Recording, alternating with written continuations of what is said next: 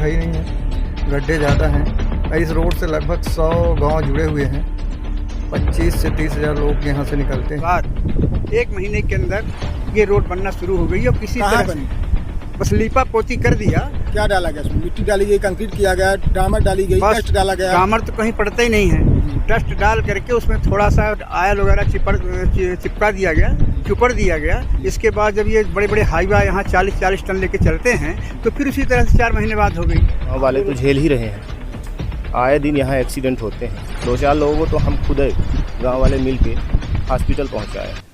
नमस्कार दोस्तों, India Republic में आप सबका बहुत बहुत स्वागत है और एक बार फिर से जनहित के मुद्दों को लेकर हम और हमारी टीम आप सबके बीच में हाजिर है, जिसके लिए इंडिया रिपब्लिक न्यूज़ चैनल जाना जाता है और इसी वजह से इंडिया रिपब्लिक को आप सब दर्शकों का भरपूर प्यार और सहयोग मिलता रहा है। आपकी स्क्रीन पर यह जो दृश्य दिख रहा है मऊगंज की बरहेटा रोड का है, जो बरसों से उपेक्षित है। इस रोड की अव्यवस्था पर सत्ता पक्ष और विपक्ष द्वारा जब जहां जिसे मौका मिला अपनी राजनीतिक रोटियां सेकीं, लेकिन वर्तमान समय में स्थिति क्या है यह आप अपनी स्क्रीन पर देख पा रहे हैं।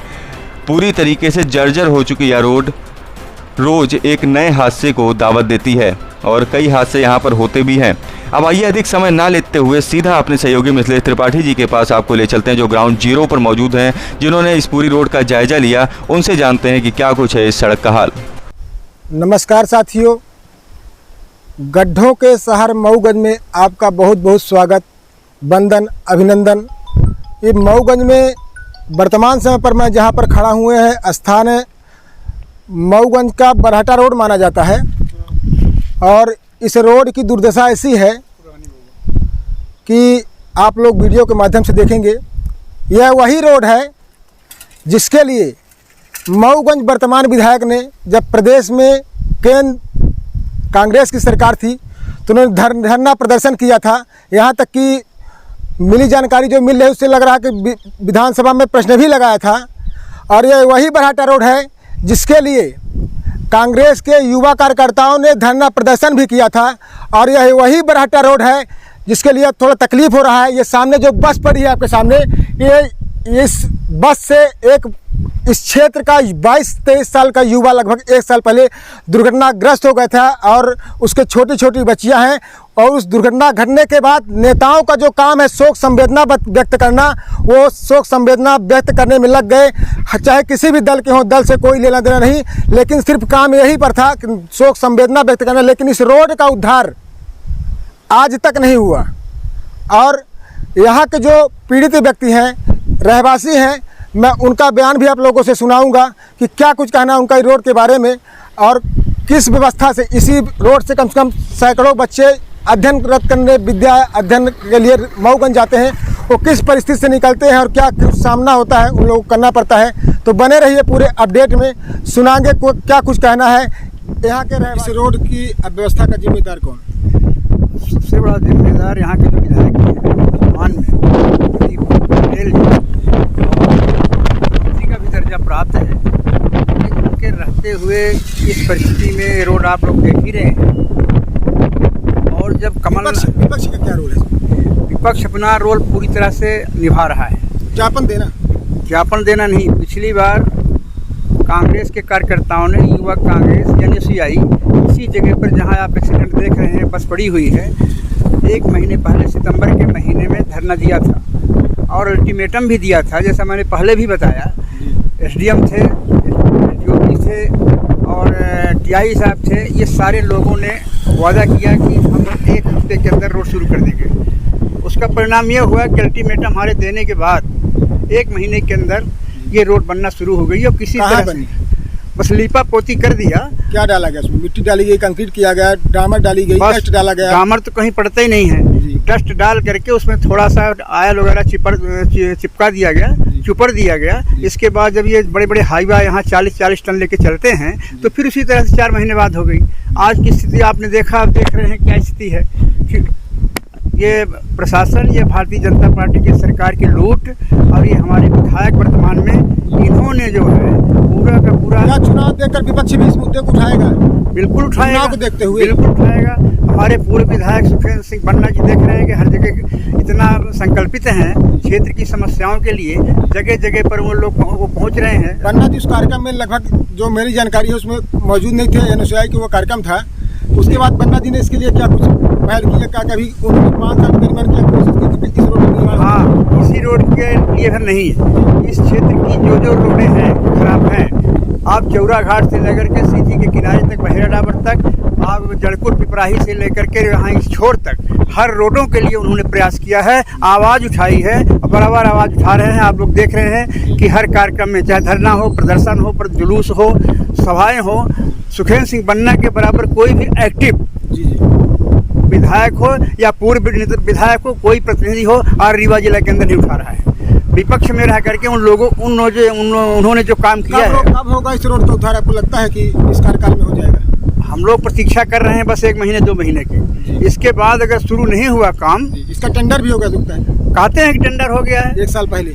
1 साल पहले, अरे 2-3 साल पहले से ही हो रहा है, लेकिन आज तक कोई यहाँ पर नाप जोग भी ठेकेदार ने शायद करवाया है। इसके बावजूद भी काम बंद है। अब ये सवाल। शुभ नाम हुआ सर आप? अमर बहादुर सिंह। किन किन समस्याओं का सामना करना पड़ता है? सबसे बड़ी समस्या तो गड्ढे दिखाला अपना का सबसे बड़ी समस्या, मेन समस्या है जो उन मऊगंज से लेकर पतियारी तक नो एंट्री यहाँ लगी थी। विधायक जी कहने चालू हो गई। इतने ढाबा चलते हैं जिनकी किसी सीमा नहीं है, रात दिन परेशानी बढ़ जाती है और इतने गड्ढे हैं कि आना जाना बहुत मुश्किल है। एक हृदय विदारक घटना यहाँ पर घटी थी लगभग 5-6 महीने पहले, साल भर हो गए लगभग। तो उसका इसी रोड की वजह से हुई थी क्या? इसी रोड की वजह हुई थी और नो एंट्री बंद हुई थी, फिर नो एंट्री चालू हो गई है। 24 घंटे वहाँ चलते हैं, कोई किसी पर रोक टोक नहीं है। जिम्मेदार आप किसको मानते हैं? शासन को, प्रशासन को और सब भाजपा सरकार को। मेरा नाम नौशाद खान है। ये कौन सी रोड है मऊगंज शहर की? ये बरहटा मोड़ से सीधे रीवा के लिए जाती है, प्लस आगे से सीधी निकल जाती है। सीधी निकल जाती है? सीधी निकल जाती है। इस रोड से जब आप निकलते हैं तो कैसा महसूस करते हैं, कैसी व्यवस्था है? महसूस ऐसा है कि आप भी कार से आए हैं तो आपको भी महसूस हुआ होगा। बाकी हम लोग गांव वाले तो झेल ही रहे हैं। आए दिन यहाँ एक्सीडेंट होते हैं। 2-4 लोगों को तो हम खुद गांव वाले मिल के हॉस्पिटल पहुँचाए हैं। मान लीजिए डिलीवरी केस ऐसा हुआ है कि हॉस्पिटल तक पहुँची ही नहीं लेडीज, रास्ते में ही डिलीवरी हो गई। अब ये हालत है रोड की। अब इस रोड के लिए वर्तमान विधायक, पूर्व विधायक दोनों लोगों ने धरना प्रदर्शन कर चुका है। तो कुछ निर्माण हुआ इसका? निर्माण कुछ नहीं हुआ अभी कौन निर्माण हुआ? इसका जिम्मेदार किसे मानते हैं आप लोग? जिम्मेदार बताइए जी, कम हो तो हो। किसे मानते हैं आप इसका जिम्मेदार? इसका जिम्मेदार तो शासन है। शासन सत्ता में जो है बैठे हैं वो होंगे, और कौन होगा? अब हम लोग तो कराएंगे नहीं। क्या शुभ नाम हो भैया? रोड बनने चाहिए भैया। क्या परेशानियों का सामना कर, क्या कौन कौन समस्याएं होती है आप लोगों को? हर चीज़ की तो परेशानी होती है भैया। क्या क्या है समस्या, कुछ बताएं क्या है? आना जाना है, कोई दुख तकलीफ है, कोई गाड़ी इमरजेंसी मंगाए तो गाड़ी आ नहीं पाती है रोड के चक्कर में। मर जाए, घर मर जाए, और जाए रास्ते पहुँचते पहुँचते मर जाए। किसको जिम्मेदार मानते हैं इसका? जिम्मेदारी तो सरकार को देखनी चाहिए इसको। नेताओं को कहाँ देखते हैं? क्योंकि वर्तमान विधायक और पूर्व विधायक दोनों लोगों ने इसके लिए रोड नेताओं तो सिर्फ 5 साल में एक बार तो दिखते हैं। सब चुनाव की बारी आएगी जब, तो अभी तो चुनाव आने वाला है, करीब 1-2 महीना बचेगा, जब फिर दिखेंगे। हैं आप क्या कहें, किसको जिम्मेदार मानते हैं इस व्यवस्था का? यहाँ का जो है मुखिया जो विधायक हैं उनको हम मानते हैं। पूर्व विधायक भी धरना प्रदर्शन किए थे, बहुत टेंट लगा था, सैकड़ों की संख्या में लोग उपस्थित थे यहाँ पर, तो उनके लिए क्या कहेंगे, कौन जिम्मेदारी से मानते हैं? भाई उनमें से दोनों हैं। दोनों को मानते हैं? हाँ, दोनों को मानते हैं। आप लोग क्या क्या समस्या का सामना करते हैं? समस्या में हम लोगों को आने जाने की परेशानी, इतने गड्ढे हैं कि हम लोग आ जा नहीं पा रहे हैं। कोई बीमार हो जाता है उसको ले हॉस्पिटल नहीं ले जा पा रहे हैं। यही सब समस्याएं हैं। ये कौन सी रोड है, पहले इस रोड का नाम बताइए। ये बरहटा से सीतापुर, बरहटा मोड़ से जी सीतापुर रोड। आप जब इस रोड से निकलते हैं तो कैसा अनुभव आपको महसूस होता है? क्या अब हम जब इस रोड से निकलते हैं तो हमको पता नहीं चलता कि यहाँ पे रोड है, कहीं पे यहाँ पे रोड है ही नहीं है। इतने ज़्यादा गड्ढे हैं कि लगता नहीं कि रोड है। जिम्मेदार किसे मानते हैं? अभी तक इसका निर्माण नहीं हुआ। जिम्मेदार हम मानते हैं शासन, प्रशासन और भाजपा सरकार को जिम्मेदार मानते हैं। किन किन समस्याओं का सामना करना पड़ता है इस रोड पे? जी, इस रोड पे सबसे बड़ी समस्या तो रोड है ही नहीं है जी, गड्ढे ज़्यादा हैं। इस रोड से लगभग 100 गांव जुड़े हुए हैं। 25 से 30 हज़ार लोग यहाँ से निकलते हैं और सब छोटे छोटे बच्चे निकलते हैं, स्कूल जाते हैं, जिनके लिए स्कूल बस नहीं आती हैं इस रोड की वजह से। वो बेचारे किसी तरह पैदल जाते हैं। और मान लीजिए कि कोई बीमार होता है यहाँ पे, तो या तो किसी ट्रैक्टर से या तो बड़ी किस टाइप की जीप से, कार वगैरह से, मोटरसाइकिल से नहीं निकल पाते हैं। इस रोड पे बहुत सारी परेशानियाँ हैं और इसके जिम्मेदार यहाँ के स्थानीय नहीं, मऊगंज विधायक हैं, भाजपा सरकार है और शासन प्रशासन।